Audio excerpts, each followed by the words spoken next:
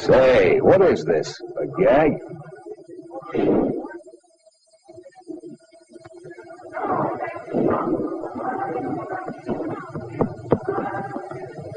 No, it's no gag. It's as serious as death. It doesn't matter what this civilian does with his time. If he wants to toss a ping pong ball down a bowling alley, it's his business. But in your business, brother, it matters. You just don't use a .45 caliber pistol cartridge like this if you've got a tough job for a walloper like the 105 millimeter howitzer shell. Don't get the wrong idea. They're both good. But they have different jobs to do. Between them lies the whole range of infantry ammunition and all the destruction and death it can produce. These are your tools from now on, soldier. Take a good look at them. 30 caliber carbine. 30 caliber rifle and machine gun. 50 caliber machine gun. Hand grenade. Rifle grenade. Fragmentation. Anti-tank rifle grenade. Anti-tank rocket.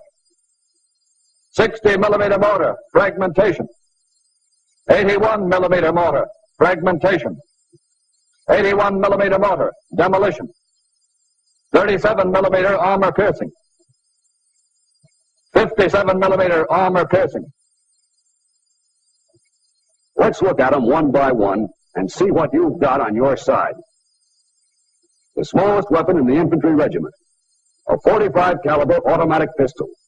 It's a quick-handling, rapid-fire weapon with a real wallop.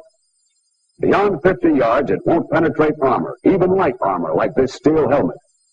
But the heavy slug has terrific shock power. It'll knock a man down almost any time it hits him.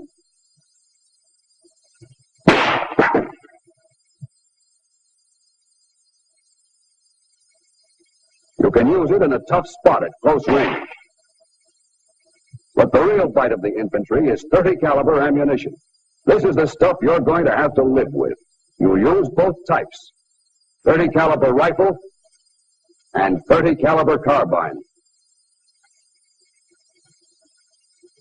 Take a look at the carbine first. It has replaced many pistols in the infantry regiment.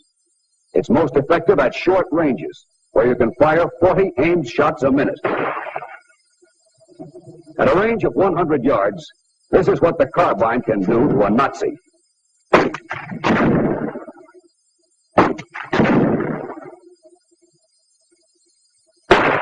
You'd need more than aspirin for that head.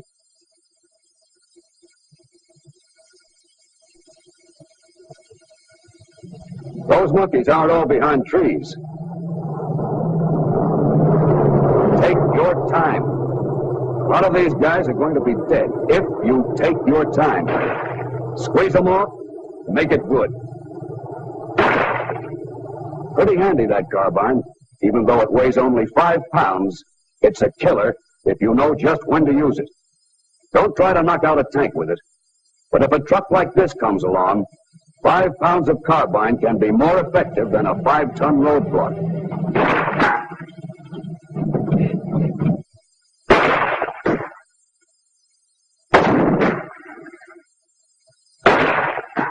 That's what a carbine with light 30 caliber ammunition can do up to 300 yards.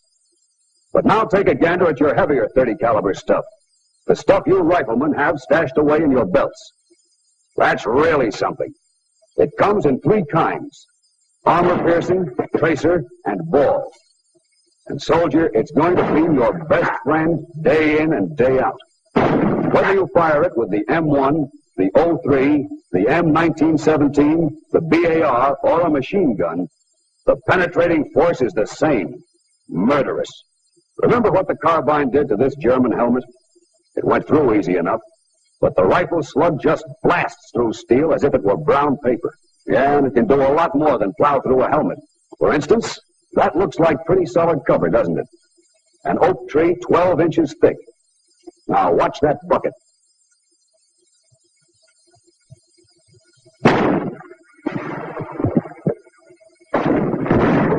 Through the tree, through the bucket. That would make a pretty dead Nazi. Maybe you never realized what that 30 caliber of yours can do. Maybe you forgot, Well, take a look at this concrete wall. It's 4 inches thick. On the range, you find out that your rifle is the most accurate in the world. Now you'll see that it's got a punch to match. Anyone using that wall for cover would do it just once.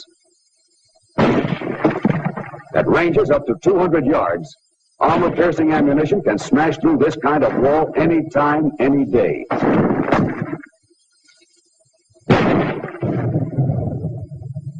Brother, that 30 caliber stuff is your right arm.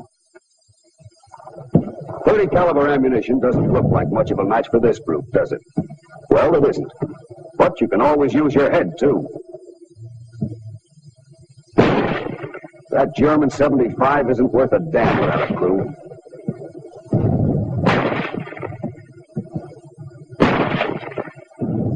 Sure, the gun's still there, but so is your rifle.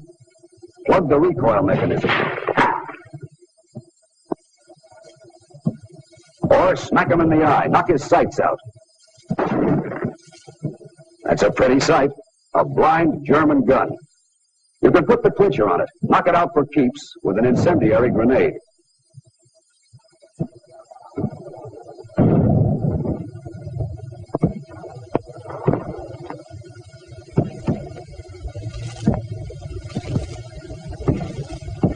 Jam one of those incendiary grenades down the bore of the gun, and the metal from the grenade will fuse with the tube. That chokes it up fine, for good.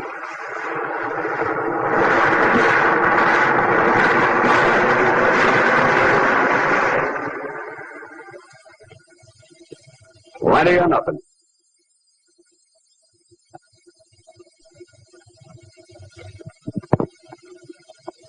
The incendiary grenade was just what the doctor recommended for the German 75. But you've got another prescription for the boys themselves. The fragmentation grenade. It's very useful for treating them when they're bunched, like these guys.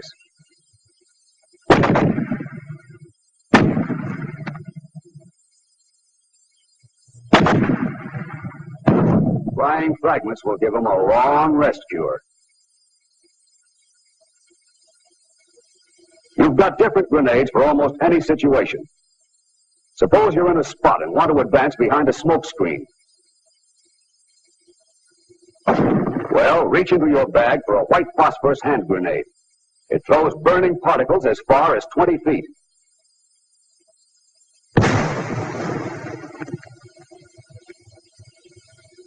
It's not meant to be an offensive weapon, but a hot shower like this is nothing to get caught in.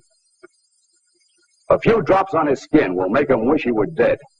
If enough fall on him, he will be. What if you find a Nazi pillbox staring you in the face and you want to take care of it without being seen? There's one more GI grenade. The Army calls it the frangible grenade with the FS filler. But if that sounds like double talk to you, just remember this. It produces a heavier smoke screen than the white phosphorus hand grenade. It hangs around a lot longer. It'll cover the movement of more men and help them get up there to smash that pillbox.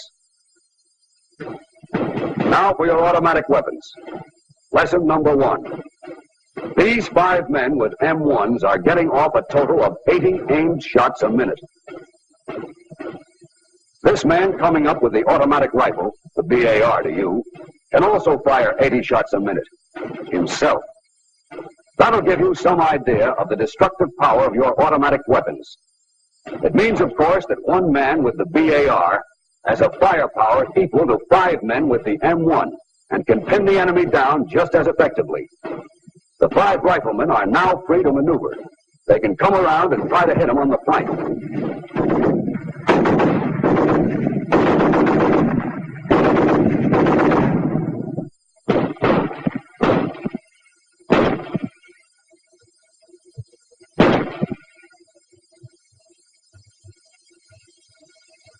A powerful weapon in the hands of a well-trained man. The BAR, 80 shots a minute. But a machine gun is more powerful than a BAR. Nothing but the best for the master race. And this is a machine gunner's dream. He can mow them down like wheat at 250 rounds a minute.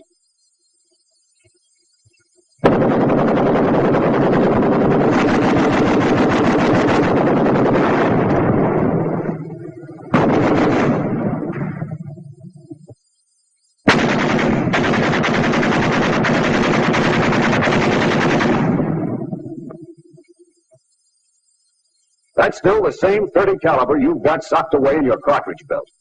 Coming out of your M1, it's deadly, sure. But when it's pouring out of a machine gun, light or heavy, it can make a man look like a sieve in a matter of seconds. Machine guns can tackle all kinds of targets. For example, it's got plenty of pepper for a dish like this.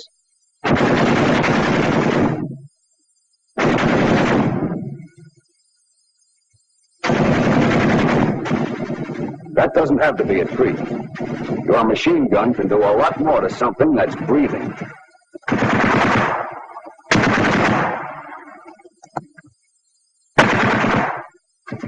And this won't be a wall much longer.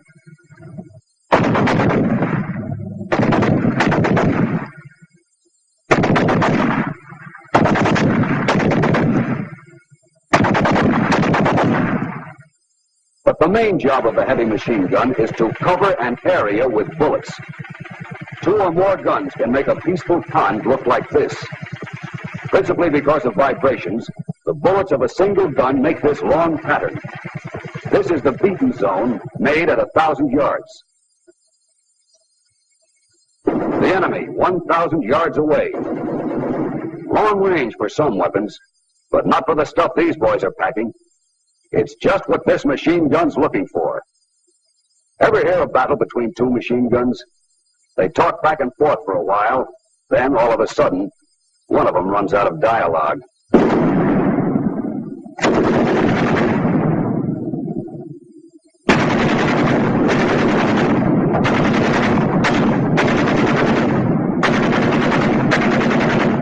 Our machine gun has a good position. It's protected from flat trajectory fire. But the enemy has mortars.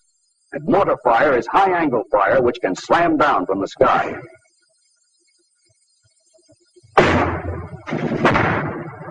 There's only one thing to do in a case like this. Get ready to move to another position. Meanwhile, we have mortars too. 2 kinds. This 81 millimeter, whose shell has an effective radius of 25 yards, and the 60 millimeter, whose shell has an effective radius of 17 yards.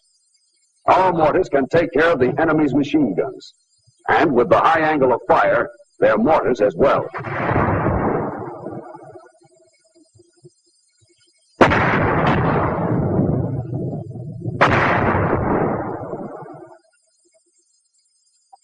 Of course, an exploding mortar shell can kill, but let's see just how convincing it can be. The overhead cover for this command post is 2 feet thick, made of dirt and logs, and a swell target for the 81 millimeter heavy high explosive shell. The shell weighs 10 3/4 pounds, and it's equipped with a delay action fuse which explodes after penetration.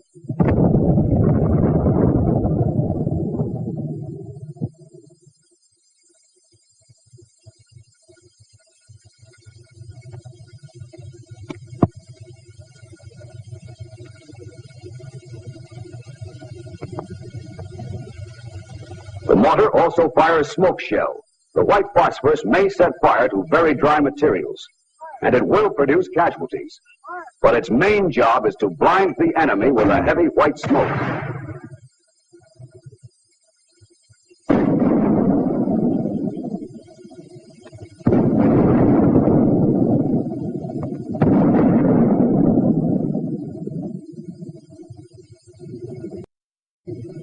Here come the big boys, the sluggers. Tough? Sure. Powerful armor, heavy firepower, very tough. But they can be taken.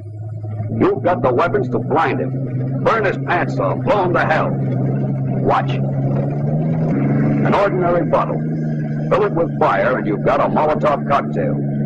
These cocktails can be homemade from gasoline, crankcase drainage, and saturated rags. Light the stuff with a match. 3 alarms for any tank in the business. If you have one of these M1 frangible grenades equipped with an igniter, You can forget the homemade cocktail. But whichever you use, the Molotov cocktail's no party for guys in a tank. You may not always have a cocktail, but you will have a rifle. It won't rip the tracks off a tank or puncture the armor, but a rifle can make it button up. You can jab his eyes out.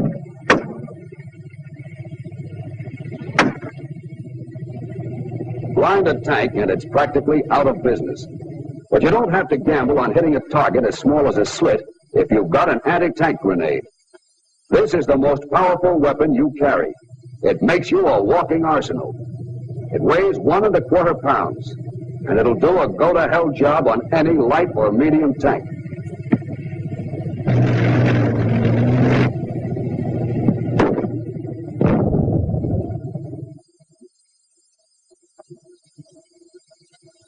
Doesn't look like much, does it?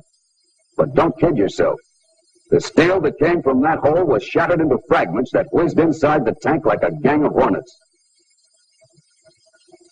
You can put that kind of a hole in a tank from 75 yards. But remember, whenever you can, hold your fire. Wait till the tank is smack up on you. Now, give it to him.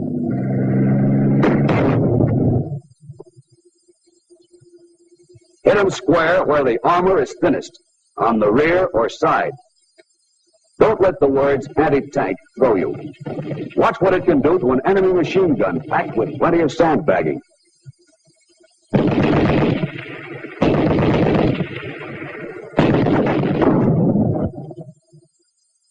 See?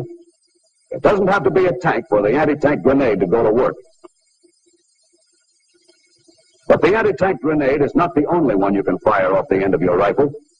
For example, you can't lob a grenade by hand at these Nazis. They're too far away. But you've got fragmentation grenades. And if you launch them with either your rifle or carbine, it's like sending your Sunday punch airmail. There are 2 kinds of fragmentation grenades. This one is time-fused. You fire it when you want an airburst above the ground.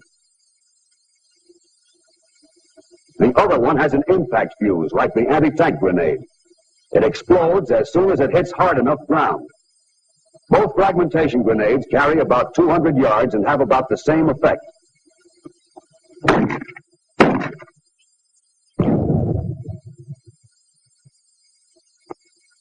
If any of those supermen are within 5 yards of either burst, finished.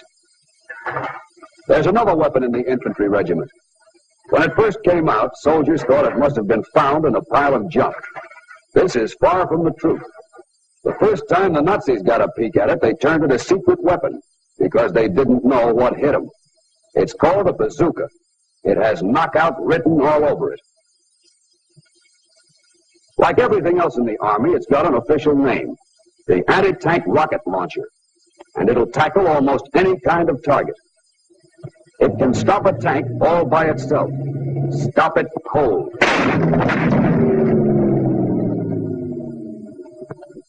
A few on a railroad,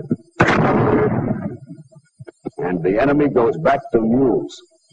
A sandbag emplacement is no place for the enemy to hide. Not when he's hiding from the bazooka.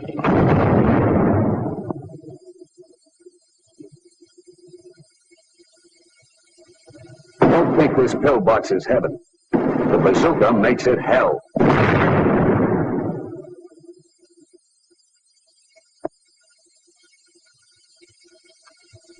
But the bazooka has one special dish, a light or medium tank. It'll knock a hole through the sides of a tank all day, from any range up to 200 yards. Okay, you've seen a rifle smash a vision slit. You know how the anti-tank grenade and the bazooka can plow through armor. Now let's see how the 37mm anti-tank gun earns its keep. Against troop carriers and crew-served weapons, it's effective to about 1,000 yards with high explosive shell. The armor-piercing shell will do the job against tanks to about 400 yards, and against half-tracks and armored cars at ranges up to 1,000 yards. It has a high rate of fire, 30 shots a minute. That means a steady stream of hot steel. Fire! Hey! Fire! Zero lead! Red! Fire! And because of its flat trajectory, it's a real sharpshooter. It can hit a tank square on the button. It won't penetrate a medium tank's front armor, only dent it. But just let the tank turn its side.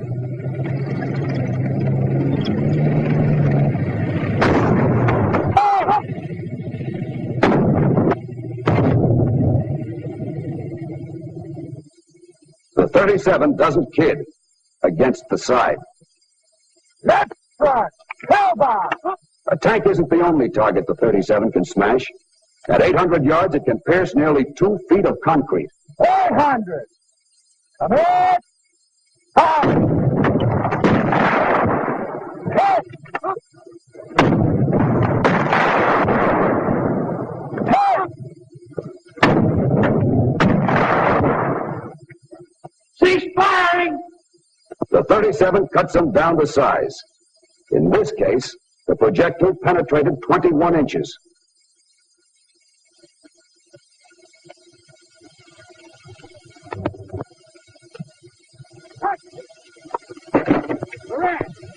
But the 57 millimeter is an even tougher anti-tank gun. It takes over where the 37 leaves off. And at 800 yards or less, it's deadly. Like the 37, the flat trajectory gives it bullseye accuracy.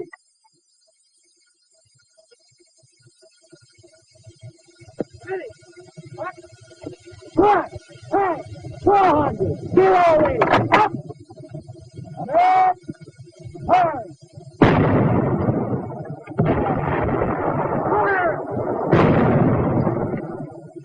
It can smash a hole like this through any part of a tank, front, sides, or rear. Direction left, It goes for concrete emplacements, too. right, silver, 800, red, turn.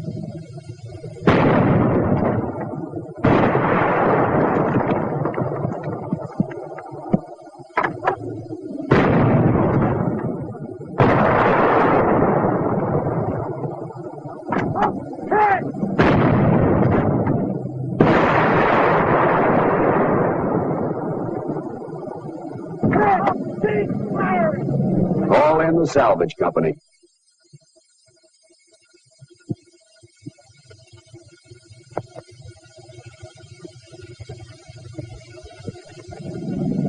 Some people say this is an air war. Maybe so. But don't sell short on the infantry. Even if you feel like burying your head, don't. That won't bring him down. When you're ordered to, your job is to try to get him. A plane flying low over troops has often been knocked down by small arms fire.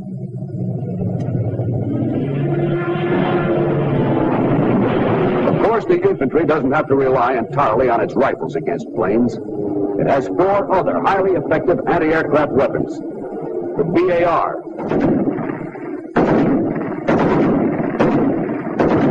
the light machine gun,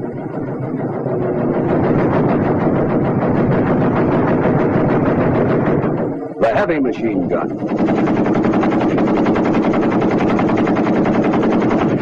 and most vicious of all, the 50 caliber machine gun. This is the baby flying fortresses protect themselves with. The Nazis hate it, and the 50 has been known to make Jap strafers pretty shy. Don't forget, a plane's got a lot of vulnerable spots, like the engines or the pilot. So keep that lead hot. Keep it ripping into the sky. Even though you don't knock them clear out and down, you can still wound them, chase them off, make them go flapping and limping home to lay up for repairs. That's your job. Hit them with everything you've got. Here's the infantry regiment's largest and most powerful weapon, the 105 millimeter howitzer. It's the infantry's bulldog. It goes for targets too tough for any of its other weapons. Enemy cannon, anti-tank guns, concrete emplacements, roadblocks. Its effective range is nearly 3 miles, and it's light and easy to handle.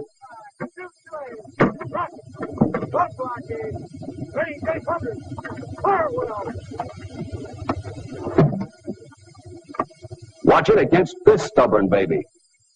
A roadblock, 4 feet thick.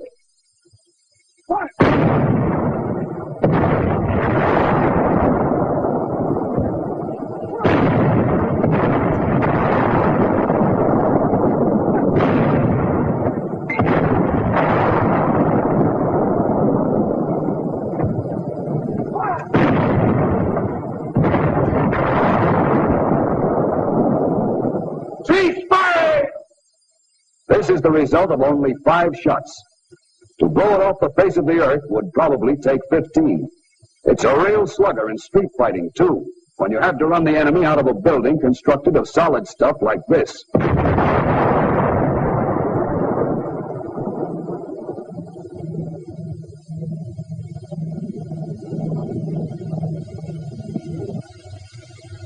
Here are the 2 whoppers the howitzer pounds out. Assassins, both of them. The high-explosive shell for jobs like the roadblock, and the high-explosive anti-tank shell for jobs like this.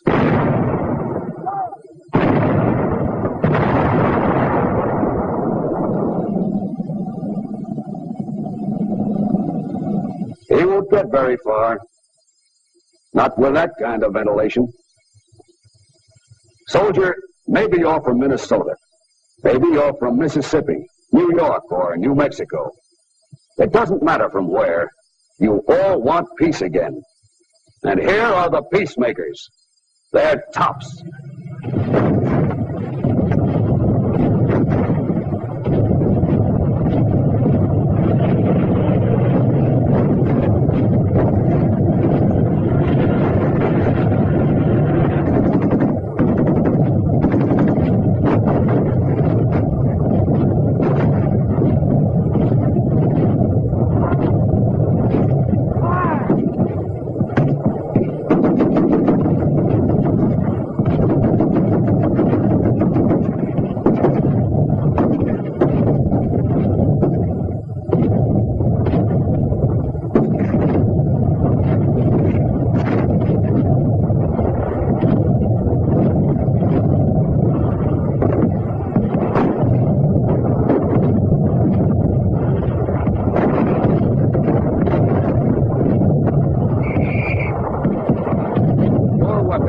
Everything you've seen in this picture and more.